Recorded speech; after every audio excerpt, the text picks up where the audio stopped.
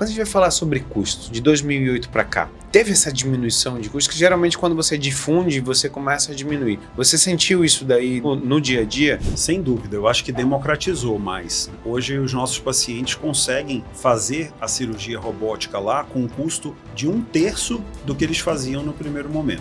Lá atrás, um paciente gastava em torno ali de 120 a 130 mil reais para se deslocar e fazer todo o processo, incluindo hospital, robô, equipe, deslocamento. Hoje, eles conseguem fazer com metade ou um pouco menos da metade esse procedimento. Numa cirurgia robótica hoje, incluindo tudo, o paciente vai gastar para a próstata uns 50 mil reais, entre equipe e hospital. Talvez um pouquinho mais, dependendo do hospital que ele vai fazer, mas em locais que a gente consegue um custo mais enxuto, ele consegue viabilizar dessa maneira. E plano de saúde, Thiago? Algum cobre, não cobre? Como é que tá hoje em dia? Porque quando a gente trazendo para as pessoas, a gente traz a realidade. Sim. Se tem, não tem, como é que é, valores, tem alguém que cobra ou não? Não tem ainda cobertura pelo rol da ANS. O que acaba acontecendo é que a cirurgia ela é solicitada como via laparoscópica para o hospital.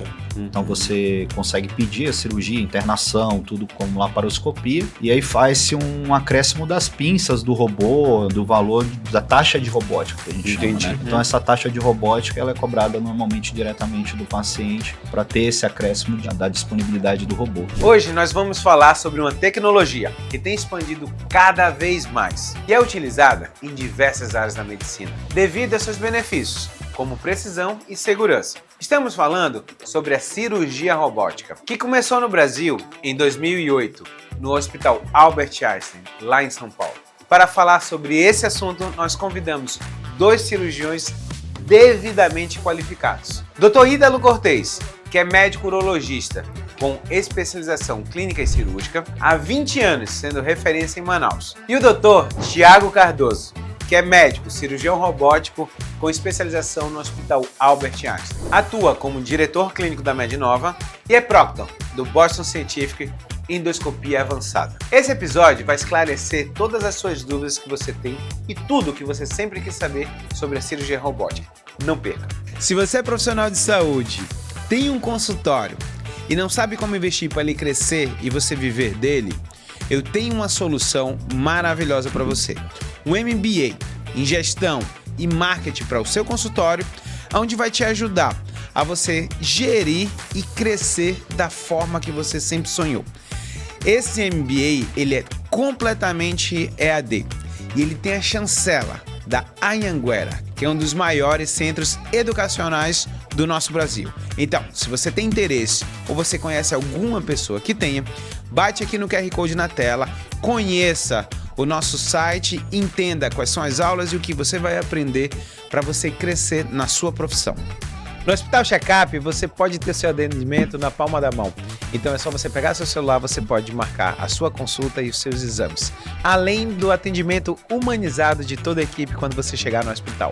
Se você está pensando em fazer uma viagem internacional, Graco Viagens é a melhor opção.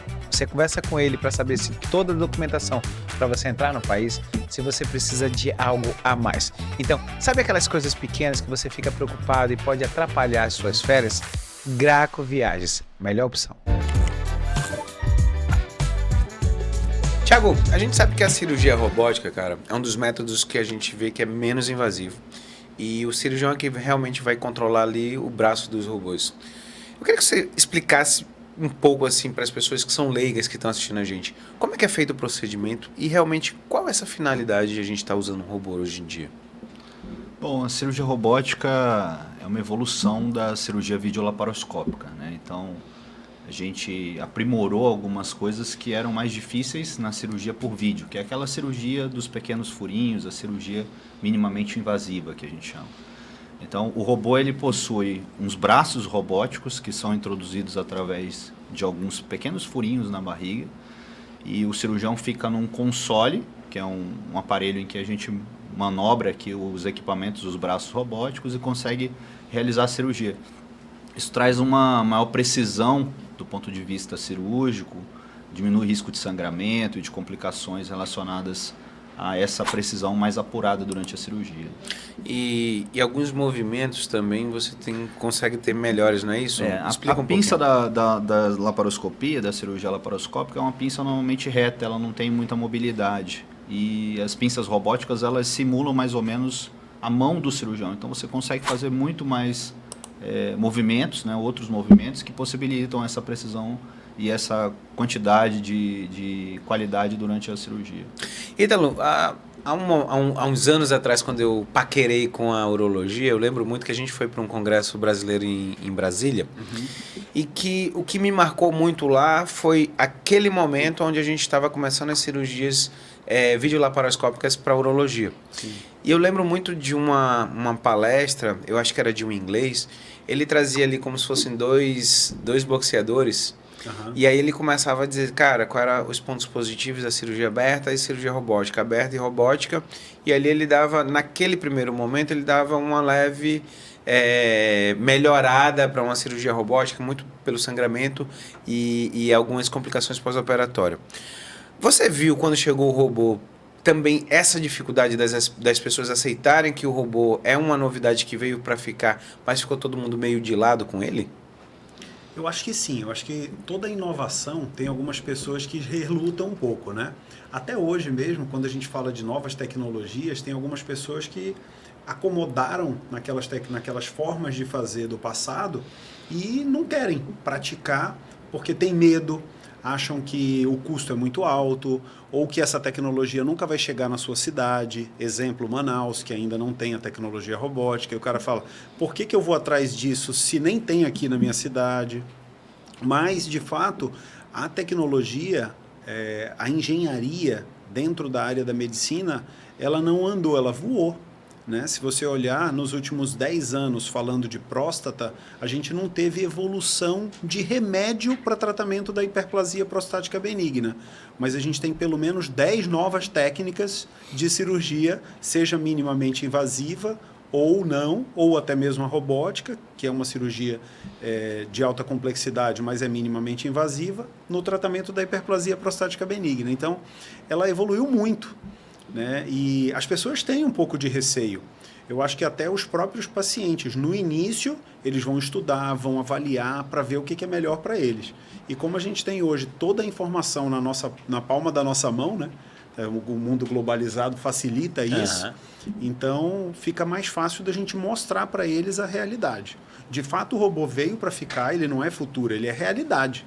Hoje a gente já trabalha com isso, né? Mesmo não tendo a cirurgia robótica em Manaus, a gente consegue operar os nossos pacientes fora e trazer benefícios que a laparoscopia não traria, ou que as cirurgias abertas também não trariam. Se você está gostando desse episódio e já se imaginou sendo entrevistado no podcast, compartilhando a sua história e falando sobre o que você faz de melhor, essa é a sua oportunidade. O Jeff Conecta é um projeto criado para dar voz a histórias inspiradoras e conectar você ao seu público de forma autêntica e impactante. Você quer participar? Escaneie aqui no QR Code da tela e descubra como levar a sua mensagem para ainda mais pessoas. Tiago, eu lembro muito bem que eu saía... uns 15 anos atrás eu saí para fazer uma especialização fora, lá em Toronto, aonde as cirurgias robóticas na parte da pelve, na parte de baixo, ginecológica e a parte urológica, já era algo que já estava validado e que as pessoas, assim, elas eram meio que inaceitável fazer alguma outra cirurgia que não a robótica, pela qualidade que tem. Como é que foi para a cirurgia abdominal em geral? Que hoje em dia você faz, eu até ia perguntar assim, qual a cirurgia robótica que você mais faz nessa parte abdominal? Então, a cirurgia robótica começou mais ou menos ali no ano 2000, né? Então, se eu estiver equivocado, nos Estados Unidos, com a própria urologia, com a prostatectomia robótica radical, né? Foram as primeiras cirurgias realizadas.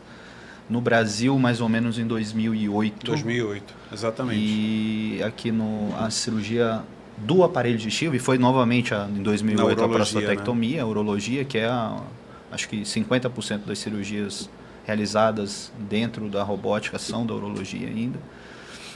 E o aparelho digestivo e cirurgia geral tem ganho um percentual maior de cirurgias. E as principais cirurgias realizadas dentro do aparelho digestivo são as cirurgias no reto, que é um local de difícil abordagem, então uma cirurgia mais complexa ali. Então você tem uma vantagem da robótica no acesso àquela localização. O esôfago, que é um outro local também de difícil acesso, difícil abordagem cirúrgica. As cirurgias bariátricas e as cirurgias de alta complexidade, cirurgias oncológicas, também são bem factíveis de serem feitas por via robótica e tem sido muito utilizado habitualmente. Cirurgia de hérnia, por exemplo, inguinal, também pode ser feita por robótica, é uma cirurgia muito boa de ser realizada e muito fácil. Você consegue uma visualização de baixo para cima, né? Um manuseio melhor, você consegue ter uma precisão. E normalmente é uma cirurgia que a gente faz por laparoscopia, a cirurgia da hérnia, só que é uma cirurgia ergonomicamente para o cirurgião um pouco ruim. Então, dá mais trabalho, você sai com mais dor, né? Mais dor no ombro e tudo. E na cirurgia robótica você opera sentado, você tem uma qualidade ali para operar. Consegue virar a câmera de baixo para cima, você consegue posicionar melhor a tela, né? Tem muias vantagens na hérnia, eu acho que é e a primeira cirurgia robótica do aparelho digestivo foi uma retossigmoidectomia robótica, em torno mais ou menos ali de 2011, então foi datado a cirurgia, um pouco depois da urologia, e hoje deve representar cerca de 30% a cirurgia geral das cirurgias robóticas realizadas. Então, qual é o grande ganho, já que ele falou em 50% aí dos pacientes que operam cirurgia robótica, a cirurgia da próstata. Qual é o grande ganho da pessoa realmente investir em fazer uma cirurgia robótica do que uma outra cirurgia para próstata? Eu acho que se a gente pudesse dizer duas coisas que facilitam muito a vida do cirurgião durante uma prostatectomia radical robótica, eu digo que é a visualização da área da próstata, naquele oco pélvico ali embaixo, né? E a manipulação dos braços do robô na hora de refazer a anastomose e a dissecção da próstata. Esse é um passo importantíssimo e que é difícil a curva de aprendizado na videolaparoscopia. E na robótica, com essa facilidade da movimentação dos braços do robô, que a gente tem limitação do nosso punho na robótica, na laparoscopia, a robótica facilita muito. E a visão do robô ela é muito melhor, ela é tridimensional, é 3D. Hoje já existem algumas torres de laparoscopia com a visão 3D também, mas a do robô você está ali com o rosto no console visualizando, a gente pode ver isso em imagens para colocar aqui durante a nossa apresentação, a nossa conversa, para o paciente até entender como é que a gente consegue visualizar aquilo. Eu acho que essa é uma das grandes vantagens. Vitor, em termos interrompendo aí, de resultado clínico, da urologia, tem a questão também da potência, né? Da preservação do nervo. Potência e continência. Que aí está relacionado à visualização, né? Sim. Você consegue visualizar melhor os feixes vasculonervosos que passam ali, aqueles feixes nervosos que passam ao redor da próstata. Porque quando a gente está fazendo a cirurgia da próstata, do câncer de próstata, todos os nervos estão ao redor da área da próstata, drenando ali, passando, levando a inervação ali para o pênis, né, na realidade. Não, isso e era exatamente o que eu ia falar, porque a grande preocupação, cada um, vamos dizer, quando eu opero a cirurgia de tireoide, a preocupação é ficar rouco, a rouquidão. E quando eu opero uma próstata, a principal, como homem, será que eu vou ficar impotente ou não? E eu acredito que isso é o que mais pesa no seu consultório. É isso mesmo, Ítalo? Eu sempre digo, isso é super interessante essa tua pergunta. Eu acho que os pacientes aí, cara, eles vão adorar essa nossa conversa, quando eles estiverem ouvindo essa história aqui, né? Eles têm 3 preocupações, Jefferson. O primeiro momento, o paciente quer ficar curado do câncer. Quando ele recebe o diagnóstico do câncer de próstata, o primeiro objetivo dele no consultório é ficar curado do câncer de próstata. Falou, doutor, como é que eu faço para me livrar desse problema com o mínimo possível de efeitos colaterais, de complicações no pós? No segundo momento, a preocupação dele principal é ficar continente, ou seja, ele não perder xixi, não usar fralda no pós-operatório. E a terceira, mas não menos importante, é a potência sexual. E aí depende muito da idade do paciente, da vida que ele leva atualmente, antes ali de operar, né? Se ele tem uma parceira jovem, se ele tem uma vida sexual ativa, se já não é mais ativa, se tem mais de uma parceira, enfim, eu acho que tem muita coisa relacionada a isso. mas eles se preocupam de fato com esses 3 pontos, mais ou menos nessa sequência mesmo. Entendeu? Segurança, né? Segurança em primeiro lugar, sim, né? De tratamento oncológico. Cuidado com os efeitos Isso a gente adversos. já tem, essa questão da segurança dos efeitos dos cuidados oncológicos, a gente já tem vários estudos mostrando que é idêntico, né? Que é de igual a melhor e não inferior. Sim. Então não é. Ô Tiagão, e cara, se eu quiser agora simplesmente ligar lá para um Einstein, botar um paciente e operar, é de qualquer jeito? Não, como é que se passa? Me conte. Existem vários critérios, né, para você operar, existe todo um treinamento que precisa ser desenvolvido antes de o cirurgião estar habilitado primeiro para realizar o procedimento. Então a gente faz uma parte online desse treinamento, você tem que passar pela plataforma e fazer toda a parte teórica do robô, conhecer como funciona todos os mecanismos, se adaptar àquela nova tecnologia, né? Porque a gente precisa aprender também. Os pedais, as manoplas são um pouco diferentes do que a gente está acostumado. Depois que você vence essa etapa, você vai trabalhar dentro de um simulador. Então você fica algum tempo fazendo treinamento e você precisa preencher uma carga horária específica desse simulador. Quando média de carga horária? Eu acho que são, se eu não me engano, 30 horas ou 50 horas, mais ou menos. Você tem que estar ali brincando e você treinando para você passando fazer. por etapas, você tem que preencher entendeu? todos os planos de treinamento ali, Isso, entendeu? Você tem planos de treinamento e você tem que concluir todos, tá? E tem um tempo que você também precisa concluir.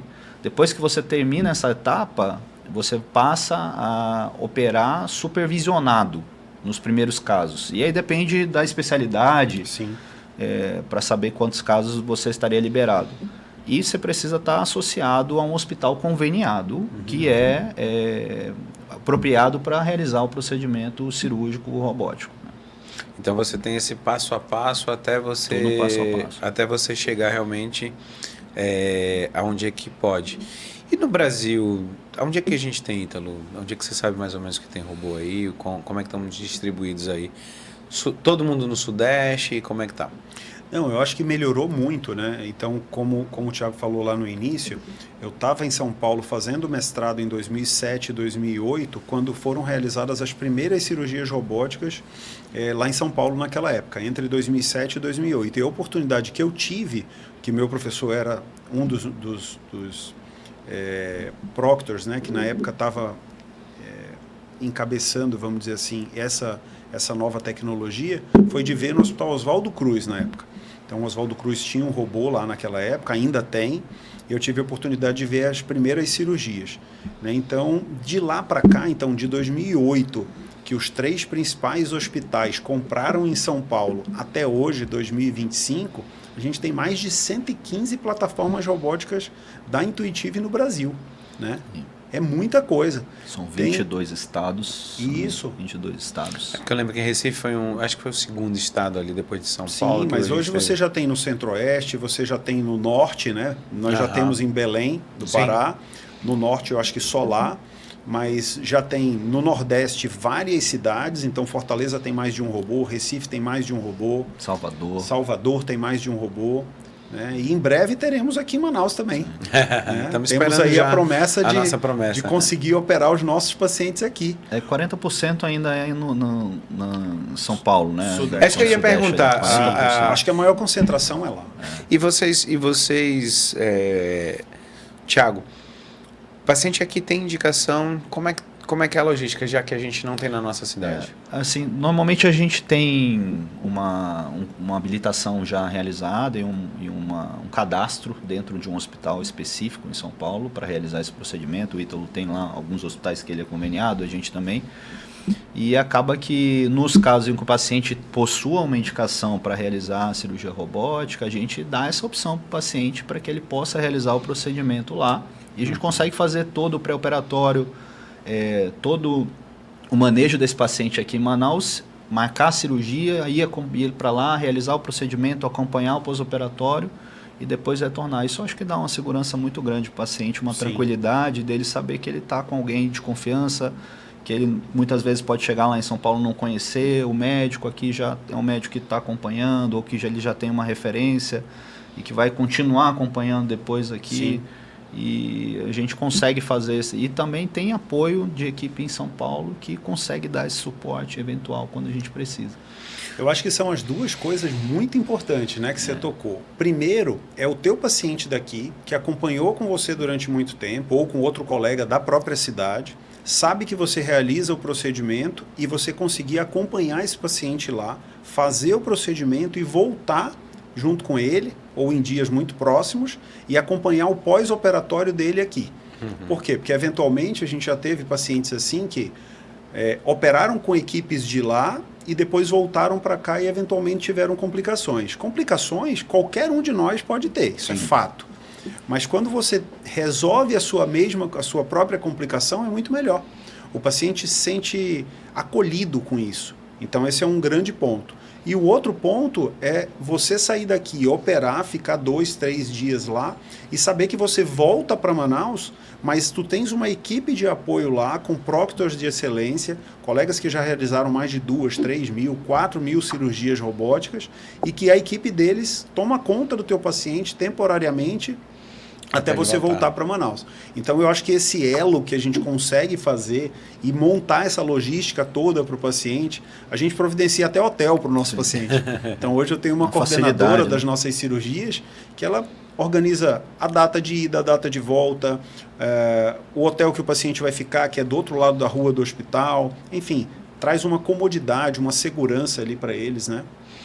E vamos falar um pouquinho, você falou, eu vou voltar um pouquinho nas suas palavras, Thiago. Existe só um tipo de robô? Porque quando a gente fala em robô, fica muito aberto. Existe uma marca, um robô? Quantas tem? Tecnologias? Me conte aí. Tem a pioneira nisso é a Intuitive, né, que lançou a plataforma da Vinci, que é acho que o robô mais difundido no mundo ainda até hoje. Mas já existem outros tipos de robô. Sim. Um robô chinês, tem um robô da Medtronic que foi trazido recentemente para o Brasil, um pouco diferente a plataforma, mas sem dúvida essa plataforma da Intuitive é a mais difundida, acho que é a mais realizada no... E quando você tem diferentes robôs, você tem que se readaptar? Tem que se readaptar, é diferente. Por exemplo, o robô da Medtronic, ele não é um robô que fica em uma única torre. Normalmente os braços do robô, eles saem de uma torre única. E aí você manuseia. E os braços da Medtronic, eles ficam em torres separadas. Então cada braço é uma unidade. E é um pouco diferente o console também. Você opera com um óculos ao invés de... um óculos adaptado, ao invés de encostar no console, como no da Intuitive. Então tem algumas diferenças sim. Você precisa passar por um período ali, pelo menos de adaptação ao robô. Sim. Para então realizar os procedimentos. No Brasil, eu acho que só tem um da Medtronic, que eu conheço até então, que foi até recente, chegou no Einstein. Não sei se tem alguma outra plataforma da Medtronic já no Brasil, mas a maioria é da Intuitive. Sim. E tem alguns modelos desse robô, o SI, o X e o XI. Eu acredito que o que vai chegar em Manaus é o X, né? O X, a plataforma X. Ítalo, você falou que lá em 2008, quando você estava lá em São Paulo fazendo mestrado, foi o momento que você já viu começar. Quando a gente vai falar sobre custos, de 2008 para cá, teve essa diminuição de custos, que geralmente quando você difunde, você começa a diminuir. Você sentiu isso daí no dia a dia, a diminuição? Sem dúvida, eu acho que democratizou mais, né? Hoje os nossos pacientes conseguem fazer a cirurgia robótica lá com um custo de 1/3 do que eles faziam no primeiro momento. Lá atrás, um paciente gastava em torno ali de 120 a 130 mil reais para se deslocar e fazer todo o processo, incluindo hospital, robô, equipe, deslocamento.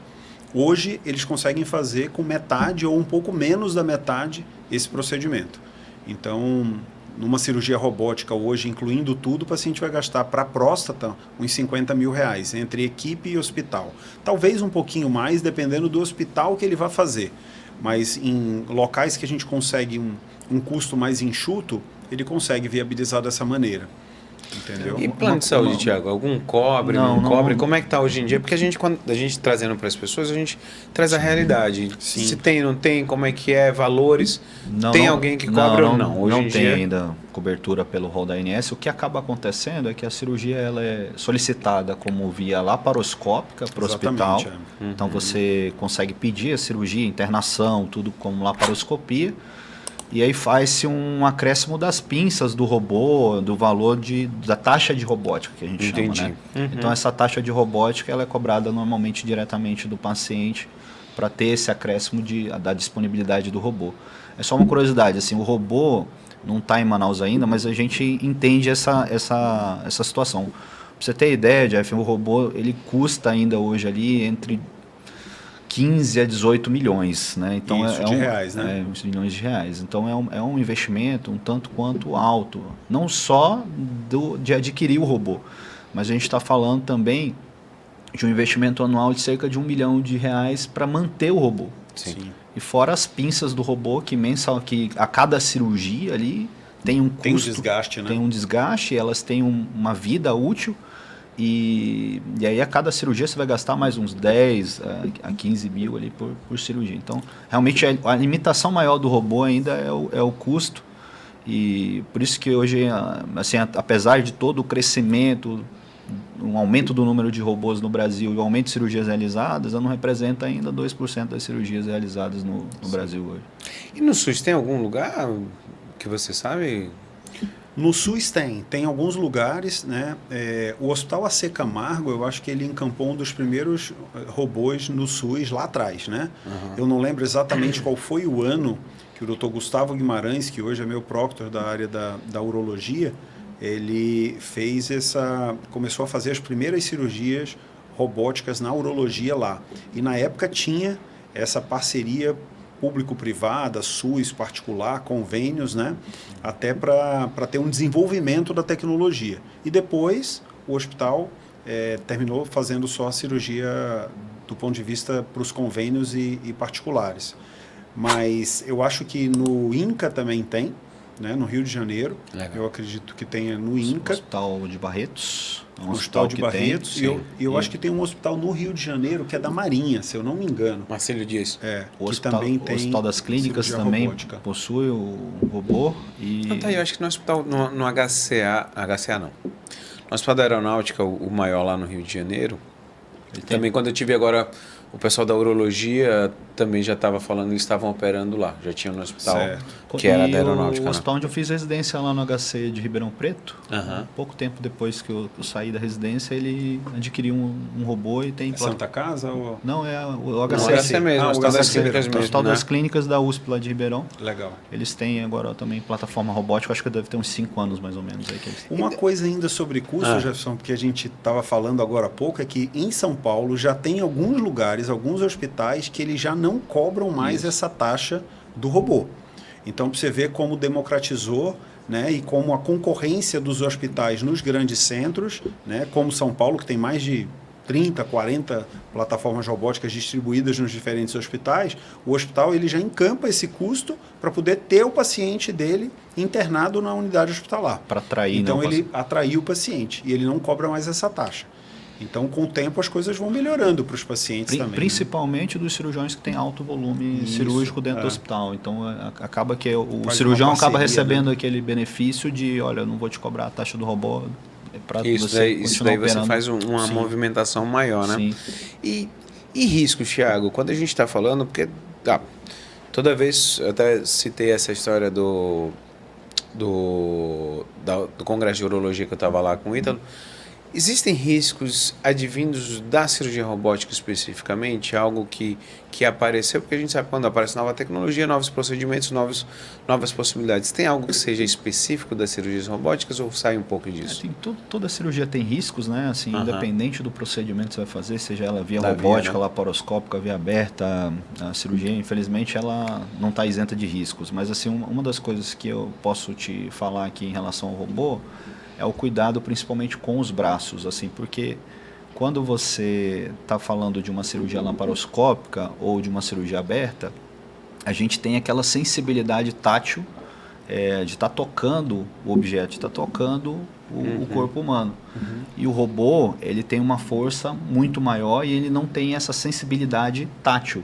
Você não tem a sensação de toque.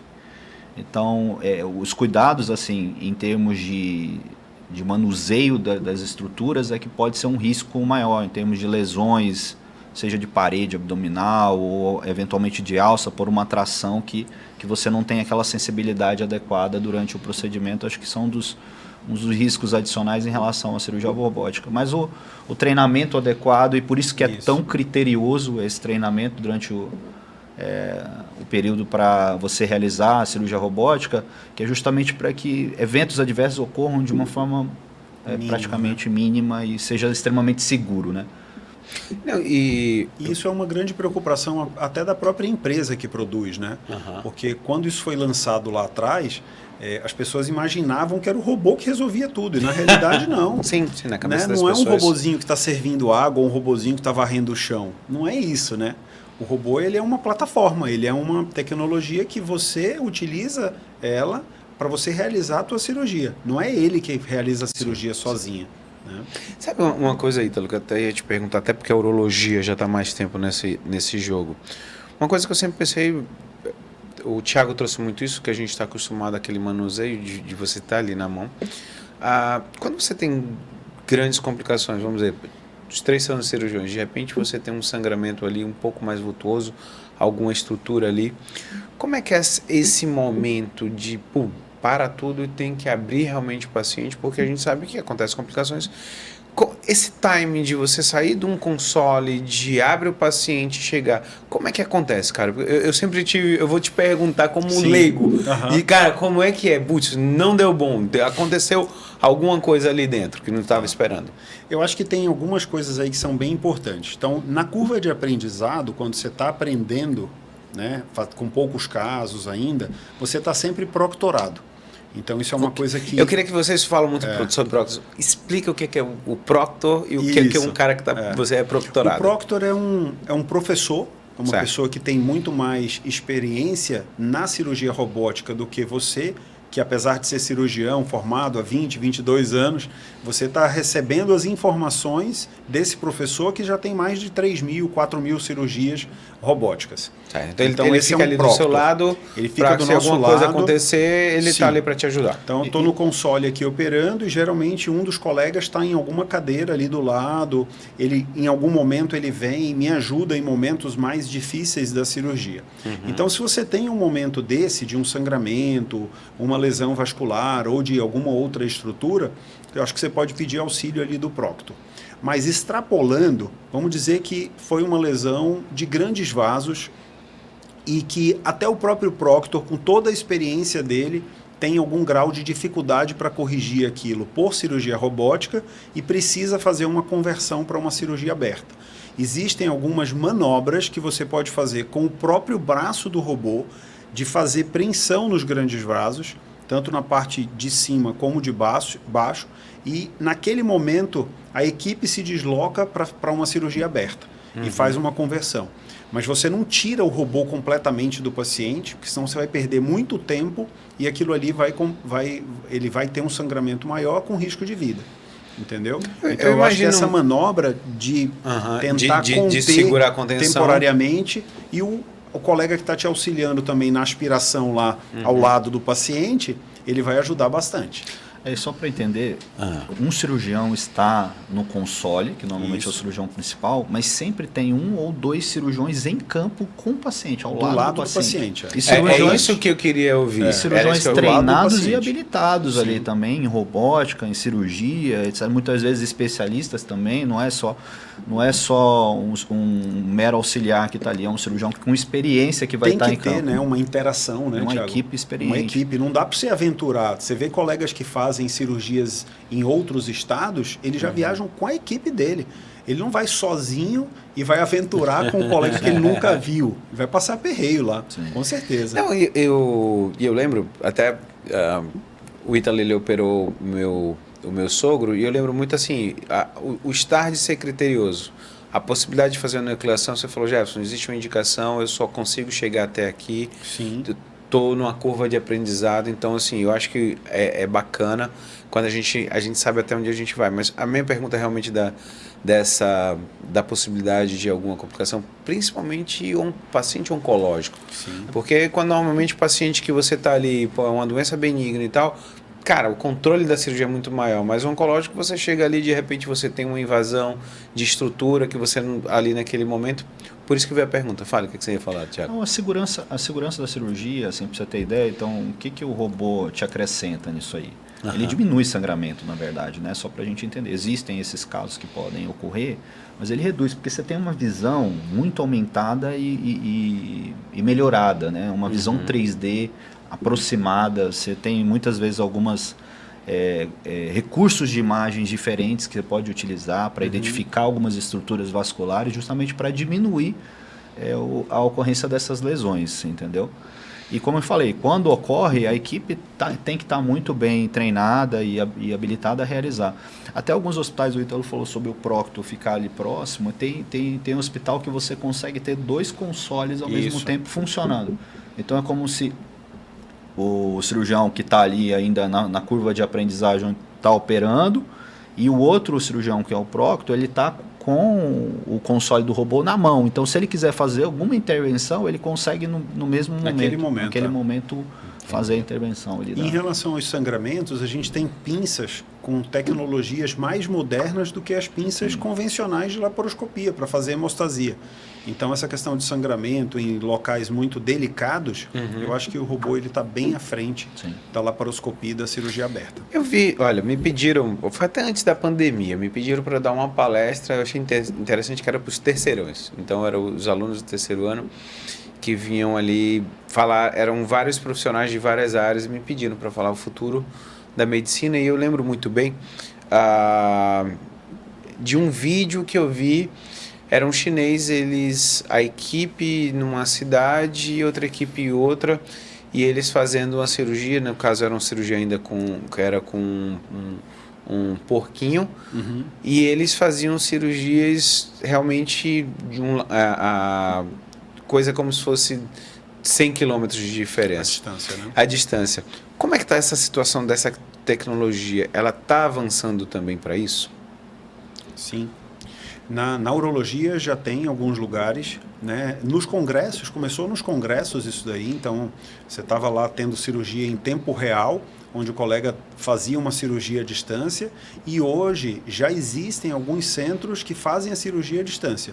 Eu acho que o que limita para isso, e infelizmente, é a nossa internet ainda, né? Porque todos esses dados eles são transmitidos através da internet, de alta qualidade, e que a gente sabe que no Brasil em certos lugares a gente não tem essa internet com boa qualidade. Na nossa região, então, seria muito ruim, cara, aqui que a gente chegue realmente. Mas em grandes centros, sim, já existem vários lugares que o colega consegue operar à distância. Claro, tem que ter uma equipe de apoio naquele lugar onde o paciente está, e o cirurgião à distância interagindo completamente ali com eles. Eu lembro que era algo tipo, eles falavam que era tipo o delay, né? 0,0005 segundos. Então, assim, era algo muito pequeno para onde realmente era algo que estava acontecendo ali na hora. Thiago, quando a gente vai falar sobre o futuro, aí a gente já está trazendo um robô, ele é realidade. Mas para o futuro, você acredita que alguns tipos de cirurgias a gente vai começar a olhar, vou fazer um paralelo, voltar um pouquinho. Quando a gente começou a fazer cirurgias, quando a gente fez a residência, a gente não vai entregar a idade de ninguém, mas a gente fazia muitas cirurgias de vesícula aberta. Quando a gente começou a fazer por vídeo, você começa a achar que cara, deveria ser proibitivo você abrir o paciente, a não ser que realmente não tenha possibilidade. Você acredita que o futuro da cirurgia robótica para as cirurgias abdominais, porque aí eu não vou entrar, vamos dizer, cirurgia de cabeça e pescoço, tem outras áreas que ainda está engatinhando, mas especificamente para vocês que estão em abdômen e pelve, você acha que vai chegar um momento que vocês vão olhar e falar assim, cara, tem que ser robótica, porque existe um ganho muito grande, e para o paciente o pós-operatório e a qualidade de vida vai ser muito maior? Tem algumas cirurgias realmente assim que a robótica faz muita diferença no aparelho digestivo, principalmente as cirurgias oncológicas mais complexas, né? Quando você precisa ter uma qualidade de manuseio ali maior, uma dissecção mais aprimorada. Então, eu acho que nas cirurgias oncológicas é muito possível. A gente não tem ainda números e dados, né? Trabalhos que realmente mostram um ganho específico em algumas situações, mas acredito que as cirurgias oncológicas sejam um ganho considerável. Por exemplo, na bariátrica, os pacientes super obesos, então pacientes que têm uma obesidade muito significativa, são pacientes que se beneficiam da cirurgia robótica em relação à cirurgia laparoscópica, em que é mais trabalhoso você manusear devido ao tecido adiposo daquele paciente. Acho que são as principais assim, indicações dentro da cirurgia abdominal. Existem outras cirurgias que realmente não demandam a tecnologia robótica para serem realizadas, como colestectomia ou outras cirurgias mais simples abdominais. E na urologia, vocês que estão na vanguarda da tecnologia, eu lembro muito que eu tive duas amigas que foram para a urologia do Memorial Sloan Kettering lá em Nova York. Elas falaram assim, Jefferson, lá é proibitivo, a galera só operava robô, então os pacientes todos. Como é que você vê esse futuro da robótica dentro da urologia? Eu acho que na próstata, Jefferson, na prostatectomia radical, ou seja, o tratamento para o câncer de próstata da doença localizada e localmente avançada, ele já está consagrado que é a cirurgia robótica, isso é fato, tá bom? Agora, em algumas outras cirurgias, você pode usar ou não a cirurgia robótica de acordo com a habilidade que o cirurgião tem, né? Então, você vai fazer uma nefrectomia radical, tirar o rim do paciente. Não tem necessidade de ser pela robótica, você pode fazer por laparoscopia tranquilamente. Isso a gente faz aqui, faz em hospitais públicos, privados. A nefrectomia parcial, dependendo da localização do tumor, se ele é intrarrenal, a gente tem a ultrassom associado ao braço do robô no intraoperatório, que facilita muito, imenso, um ganho enorme. Até por causa na realidade, das margens cirúrgicas oncológicas, a gente vai falar sobre isso. Tumores posteriores, tumores na parte do mesorrenal, né, próxima do hilo, eu acho que tudo isso facilita com a cirurgia robótica. Tá? Então, eu acho que próstata hoje é mandatório, né, é bem consagrado que vale a pena. As nefrectomias parciais, para alguns casos, eu acho que vale bem a pena. E as nefrectomias radicais a gente pode fazer sempre por laparoscopia. Essa é a conduta que eu tenho ali no consultório no dia a dia. Aí tem outras cirurgias, né, que a gente conversa com o paciente, vê se ele tem o acesso, se consegue viajar, se tem condição, se não tem, para fazer o tratamento. Turma, eu queria agradecer vocês sobre o podcast de hoje. Então, vocês entenderam aqui um pouco sobre cirurgia robótica.